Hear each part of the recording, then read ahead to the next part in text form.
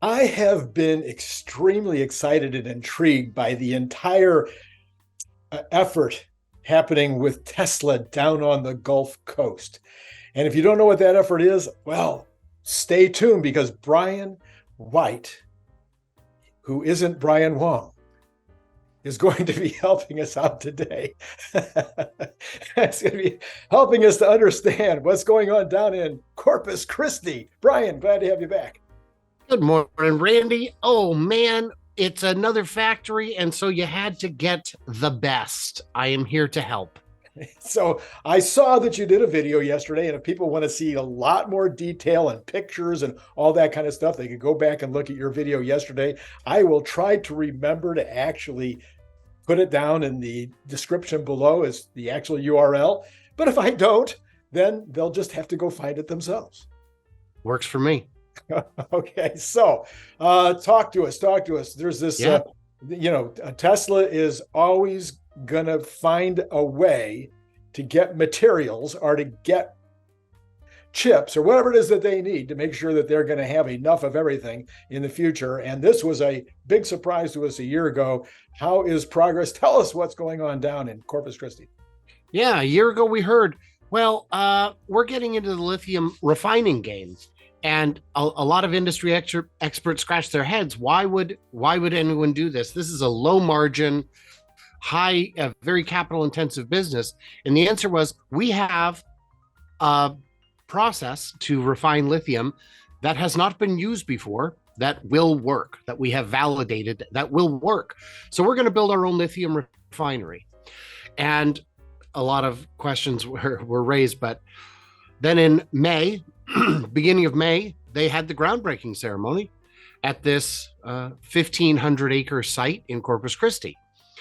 So the idea is, well, we're going to do it at Tesla speed. Normally, a refinery can take years to come online, something like 3 to 5 at a minimum, sometimes 7. So my question in the comments would be, Tesla says it's going to be done in about like a year and a half. Do you guys think, in the comments, I want to know, over 2 years or under 2 years, and why? Forget the 18-month part. Forget the 14, 16-month part. I'm taking a more, that one you'd get almost everyone saying over, and I would agree that's reasonable. So let's say 2 years. Can they get it done in 2 from today? So, and let me interrupt you for a second. I had this idea in my mind. In fact, I think I even looked it up earlier today that they had talked about some kind of production by the end of this year or early next year, some kind of actual results or something. Is that part of the deal, or is that off the table? This year is off the table. The building won't be done by the end of this year. Okay. But by the end of next year, from May to the end of next year, that's a year and a half. That's not crazy. Yeah. But if we ask people in the comments, they would be right to say that's a little ambitious. Okay. And there's a difference between producing the first gram and producing a usable quantity. Okay. So I want to know, over or under 2 years? 2 years would be historic. That would be unprecedented, but that's what they've done in the past. So there are no drone pilots in the Tesla space in Corpus Christi, and any drone pilots out there don't seem aware that this is their gold mine. So Joe Tetmeyer lives in San Antonio. So he drives 3.5 hours to get to Giga, Texas 3 times a week, which is why he drives a Tesla, because it does most of the driving for him and it's cheaper. Corpus Christi is 6 hours from him. So he's not going to be out there every day or every week, maybe not even every month, but he will be out there. So, but how soon do we need to do the first check-in to see if it's actually underway?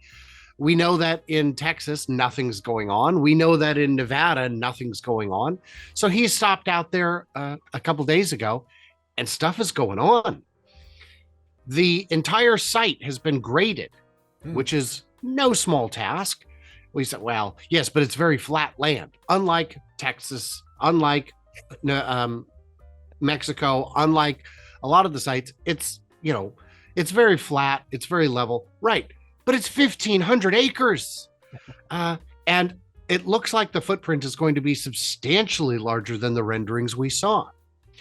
What else have we seen? there's giant ponds that have been put in. Now By these the look way, like, by the way, yes, I want to give people an idea of what 1,500 acres looks like. Okay, I happen to know this information because I looked it up one time. Disneyland, California, is approximately 100 acres. So yeah, you're talking about 15 times Disneyland. That's how big this space is. it's ginormous. The entire site of Giga Shanghai is, I want to say, 300 acres. The entire site of Giga Berlin, so huge they'll never use it all. We've seen that, how untrue that is something like 600, maybe, yeah, 600 acres. And the site of Giga Texas is larger. It's over 2,500 acres. Got it. So 1,500 acres is significant. Okay, so then there's So the ponds. You just the brought ponds, it up. Ponds. sure. We're not sure what they're for yet. They seem like sedimentation ponds of some sort. They look like what you would see at a place that uses that makes salt, that makes sea salt. And the ponds are full, but we don't know for what, because they are so far from needing them full for production. I don't know. Maybe they're already doing some sedimentation. We do not know. But But we we've do, got, but we do know that lithium commonly is mined from ponds or lakes, yeah, the Great Salt Lake or something like this. We know that lithium, that's a common way of getting lithium. You think there's any possibility they have come up with a way to create lithium in these ponds? I don't know. There's different kinds of sources. You can get it from a salty brine like they do in Chile, but more commonly it comes from rock, spodumene, for example. So Right. they don't. A big pond full of rocks would be not the most effective method, I imagine. At any rate, they've got the big ponds out there. They've also got some structures that are already going in. A sprung structure, which I imagine is for the office and operations. They've got some 30-foot tall concrete columns that are going in that look like the backbone of the large buildings that we see in the renders. So those are big structures. And this is the soil is like clay, which is not the best for construction. So they would have to do some serious pier work beneath the foundation. They've already been doing that. You can see symmetrical dots over graded areas where they put in screw type piers. And they've got, and then around the site, you can see they've been mixing lime in with the clay, which makes the soil more firm. It hardens it up for other uses. So they're doing a whole lot of work and they're getting it underway. When Joe was out, it was on Sunday. And even on Sunday, the excavators were still moving. So I can only imagine what a hive of activity it looks like during the week. Wow. Okay. So, given that kind of activity already there, actual columns in place, so foundations must be pretty well along.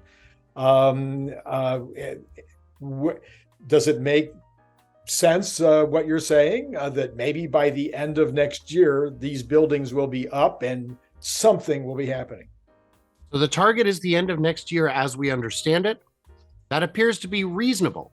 Okay. Unlike a building like Giga Texas, where it is one contiguous, gigantic building that's, taller than the tallest building in a lot of small towns. This is a collection of buildings. And with a collection of buildings, you can work on them all at the same time. You can have different contractors working on different ones. And if you start with the most difficult and complex ones, like the kind that would have a concrete core going up through the middle of it, yeah, getting the smaller, easier ones done later would be a time-efficient way to do it. So yeah, I think it appears like they are moving at the right pace. And we'll know more next time Joe gets out there, maybe in a month. Joe Techmeyer does great drone work. For those of you who haven't seen it, I would say you're probably not telling the truth because you have seen his work. He You does just a didn't lot of know it. Yeah, right. Well, no, yeah, Yeah, that's true. They may not know the name. right. And so some advantages of Corpus Christi. It is on the coast. It is a port city. So if there's materials coming in by sea, good. It's right there. There's a rail line that runs directly adjacent to the property. I imagine they will have a stub coming off of that because lithium exists in low concentration. Even if you get something that's very rich in deposit, you're still talking, a kilo per ton or something like that. So they would need to move tremendous volumes, the kind of volumes you wouldn't want to move with a truck. Right. And so they would have their own rail stub, maybe even their own entire rail yard to move materials in and out. It's being on the coast, it's close to sea level, so there's not a whole lot of altitude changes to deal with. And again, based on where it is, the ground is flat. So one question I'd seen is, wow, how come there's so many delays in Mexico, but not in Corpus Christi? And a big part of it is, and I think Joe was the one who pointed this out, Mexico is on a slope. That site is on a slope, so you've got to deal with drainage. There you also have to deal with rocky soil, which is kind of a hassle when you're building, and just putting in all the and then just doing the grading alone is going to potentially take a lot of time, because sloped rocky soil is a real hassle to work with. So I'm going to continue with my theory. I know you didn't agree with it last time, but I'm going to throw it out there again. Tom wants to beat his number in Shanghai, and the only way that they can beat the number in Shanghai in terms of how long it takes from the day they start to the day they finish is if everything is lined up perfectly before they start to put the first shovel in. So that's my theory, is he wants to beat that number. That's not unreasonable at all. If they know they need gigacastings and they know they're not going to show up until a certain date, why have the factory done 6 months before that if they wouldn't be able to switch it on? That's not capital efficient. So that is very possible. And with a factory like that, because you've got to consider all the contractors, but you also have to consider all the manufacturers of all the different pieces of equipment that go into the factory. There's a lot of moving pieces. And it's great to come out of the gate early, but if you've ever watched a 5K where one runner takes off like a bat out of hell, they seldom finish first. Yeah, I have never seen it. Maybe it's happened, but I have never seen that runner finish first.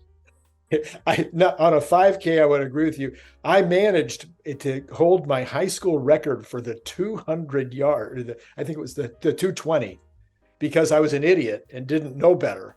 And so I went out of the gate fast and sprinted the entire thing because I had somebody hot breath in my ear toward the finish line. It was the craziest thing ever. And the 220 is supposed to be a sprint, but not if you're not doing it as a sprint every day. So this was the PE record, not the track record. But anyway, so it does happen from time to time. So maybe that's what we'll see down in Mexico, because as you point out, I mean, if you line up all the pieces in advance. I saw this happen also with one of my factories when we were moving. And it was a tremendous amount of stuff that had to happen: electrical and what do you call it, gas and pressure, air pressure. You know, we had air pressure, air cylinders that had to be around pressure. So you have all these tubes and things. Everything. You know, I don't know anything about all this stuff. I just manage people that do, and all the equipment had to be moved. We shut down after second shift on Friday, and reopened first shift on Monday morning. Wow. The company that moved us, they took their time and they had all the pieces in place. And it was just, we shut down, everything got unbolted, picked up, moved. Everybody at the other end was ready to receive. Bop, bop, bop, bop, bop. Yeah. So that's the kind of thing I'm kind of foreseeing maybe is going to happen in Mexico. And a lot of people forget that what you can see from the sky isn't always representative of what's going on inside. Yeah. The example I always use is Lucid. They've got that huge expansion to build the gravity, but we have not seen an amount of equipment going into that space commensurate with the amount of production they expect. And well, yeah, but putting in the equipment's easy. Oh, is it? Oh, is it? Because I would argue that there's a few moving pieces there, and you got to consider every little thing. The fire safety, the suppression system, the egress, that's just under safety. Right. Yeah. So huge. Those are all factors. I'm trying to think in Corpus Christi, is there anything we're forgetting? It's all looking good. It's all looking good. And it's one I'm not going to be able to probably do a math tracker on because it's not a single building. No. And I don't have a good baseline to form a frame of reference to suggest what kind of timeline it's at. I could still do it. If people want that, I could still do one of my famous math trackers. And but it would be mostly asterisks. Yeah, right. Those would be structural load-bearing asterisks in the bottom line.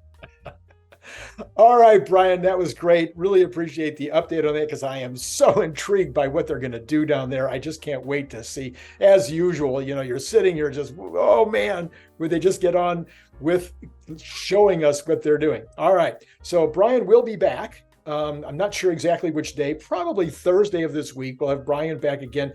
He is going to make a bunch of predictions. I know that Brian never makes predictions. Oh yeah. So I've asked him to be the guinea pig about making a bunch of predictions about Tesla going forward. And then I'm going to start asking other folks that, in the space, other people in the community to make similar predictions. And we're going to keep track of who's right and who's wrong. And we really don't care. It'll just be fun to do it. Anyway, Brian, thanks again for being on board. Hit like. So awesome, Randy. Hit like, hit subscribe. Go follow Brian. Follow him everywhere. My Tesla Weekend. And then I always forget what you are on at 4K podcast is my X handle. Is your X handle formerly known? No, I'm not going to say that anymore. My X handle. Yeah. All right. Oh, and both of us are on Patreon. You can do that too. All right, that's it. Thank you so much for watching, and it's been great talking to you. Click the link below to get your paperback, Kindle, or audiobook now.